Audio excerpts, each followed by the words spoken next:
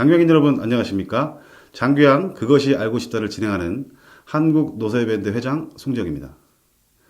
오늘 장교양 그것이 알고 싶다 제12화에서는 지난 10월 29일 더불어민주당 민영배 의원이 대표 발의하고 홍익표, 양정숙 의원 등이 입법 발의한 노인장교양보험법 일부 개정안에 대해서 맹폭해 보겠습니다. 민영배 의원 등은 제안 2위에서 현행법은 제정 당시 노인에 대한 돌봄 서비스 인프라를 신속히 구축하기 위하여 장교양기관 설치 운영 기준을 여타 사회복지시설에 적용되는 기준보다 완화하여 운영하였으며 장교양기관은 민간이 설치 운영하는 기관을 중심으로 단기간에 양적으로 팽창했다고 주장하면서 장교양 서비스의 공급 과잉으로 인한 과당 경쟁으로 장교양기관에 소속된 장교양 요원의 근무 환경이 더욱 나빠져 처우 개선이 필요하다고 말하고 있습니다. 민 의원 등은 이에 따라 장교양 요원의 근로 요건을 개선하고 국공립 장교양기관을 확충하고 장교양기관의 재산 처분에 제한을 둠으로써 장교양 서비스의 공공성을 제고하려 한다는 것입니다. 이 개정법안에는 다음과 같은 7가지 내용이 담겨 있습니다. 첫째, 장교양기관 기본계획에 국공립 장교양기관 확충 방안을 포함하도록 한다는 것입니다. 이 내용은 사회주의 보건복지 행정으로 의심되는 보건복지부에서 만들어낸 국공립 장교양기관 확충 방안에 따라 노인복지법상의 국공립 노인요양시설은 임대를 통해 설치할 수 있도록 한다는 법안을 포함시켜 이미 시행 중에 있습니다. 이는 지금까지 모든 노인요양시설은 소유권을 보유해야 한다는 사실에 위배되어 공정성을 크게 어기고 있어 현장의 반발이 있었습니다. 제가 장교양기관의 경우에도 문 대통령 출범 이후 강조되어 온 사회서비스원 발족으로 국공립 장교양기관 확충 방안이 이미 시행되고 있습니다. 두 번째는 수급자나 그 가족이 장교양 요원에게 폭언, 폭행, 상해 또는 성희롱, 성폭력 행위를 하여 유죄 판결이 확정된 경우 수급자의 급여를 제한한다고 말하고 있습니다. 이 안건은 논리적으로 장교양 요원의 인권을 보호한다는 목적상으로는 바람직합니다. 하지만 장교양 서비스가 대국민 서비스라는 점을 감안할 때 국민인 수급자의 권리를 제한한다는 점에서의 시민들의 강한 반발과 더불어 수급자의 폭행, 성희롱 등의 불미스러운 행위가 일반적으로 은밀하게 이루어지다 보니 법정에서 유죄 판결이 이루어지는 것이 쉽지 않다는 그 어려움이 있어 실효성이 부족하다는 의견이 지배적입니다.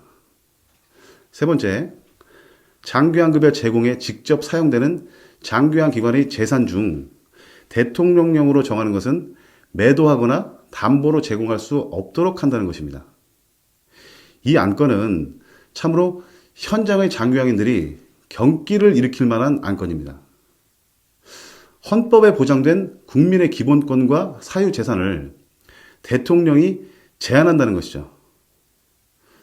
대통령이 어떤 권한으로 헌법을 위배하여 국민의 일부인 장교양기관의 재산에 대해 매도하는 것을 금지하고 담보를 제공할 수 없다는 것인죠.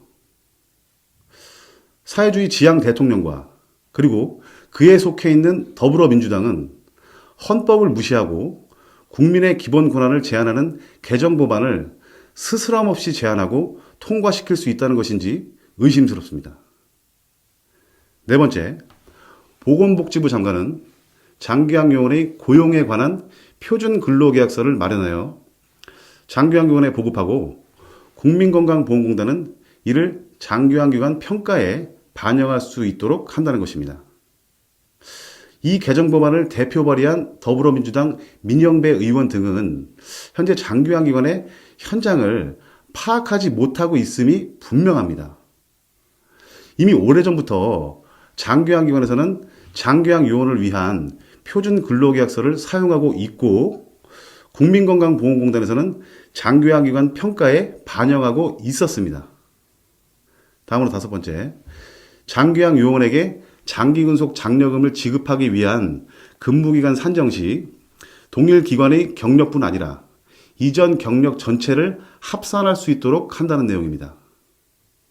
이는 보건복지부가 장기양 요원에게 장기근속 장려금 지급 정책을 만든 근본적인 이유는 장기양 요원의 이직이 빈번하여 어르신들에게 만족할 만한 서비스를 제공하는 데 문제가 있다는 점이었습니다.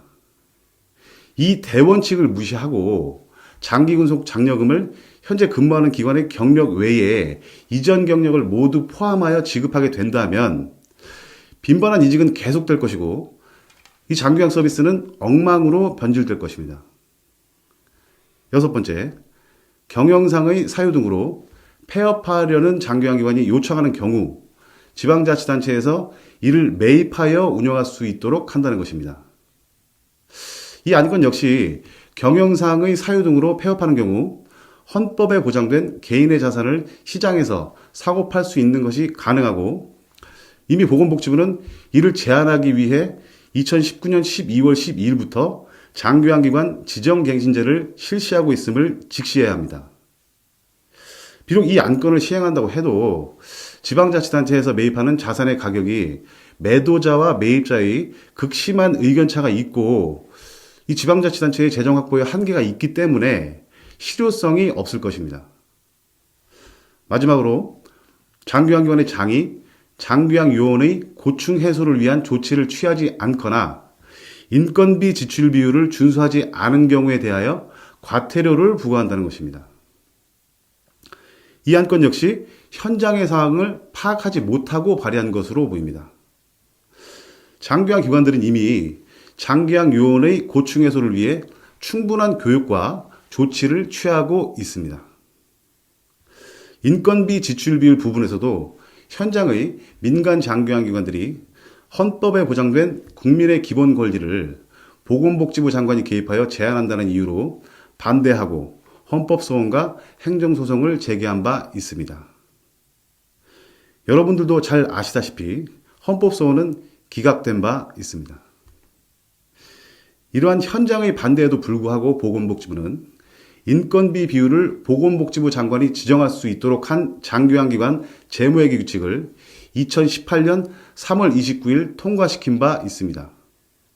다만 현재 상식 이하의 높은 비율로 책정된 방문 요양의 직접 인건비 적정 비율에 대해서 현장에서는 85에서 86%라는 물리적으로 준수할 수 없을 정도로 높은 비율을 지정함으로써 준수하지 못하는 기관이 70%에 이른다는 것이 현실입니다. 민영배 의원 등 대표 발의자와 공동 발의자들이 개정 법안은 다음과 같은 특징이 있습니다. 첫째, 이미 지난 국회 회기 때 발의되었다가 폐기된 내용을 근간으로 하고 있는 것으로 보입니다. 그러다 보니 이미 개선하여 실행하고 있는 내용도 여기에 포함되어 있는 우스꽝스러운 입법안이 되어버린 것입니다.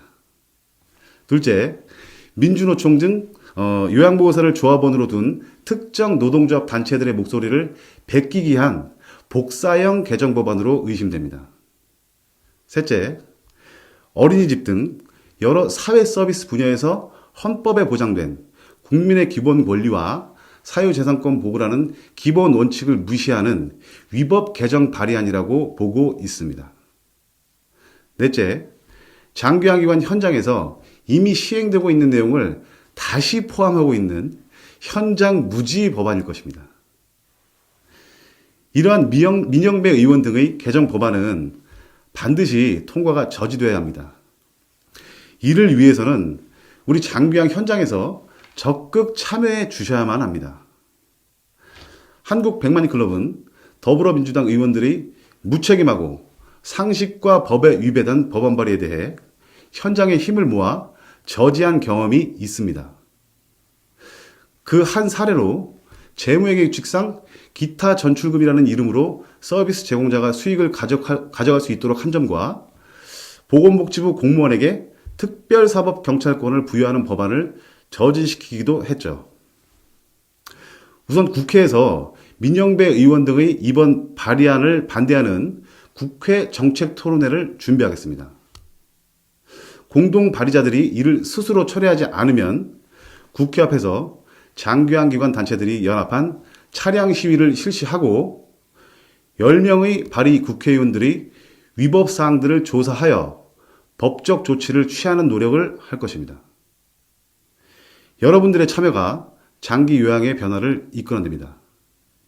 그렇지 않으면 여러분들은 그들의 노예로 살 수밖에 없을 것입니다. 여러분들의 결정에 달려 있습니다.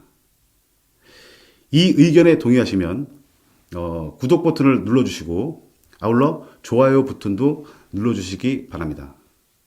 우리 한국 백만 클럽 회원 가입은 010-8915-6755로 연락주시고 정기 회비, 일시적 후원회비 보내주실 분은 아래 계좌로 보내주시기 바랍니다. 입동으로 겨울에 들어선 동장군 추위에 건강관리에도 신경 쓰시기 바랍니다. 오늘 방송은 여기서 마치도록 하겠습니다. 감사합니다.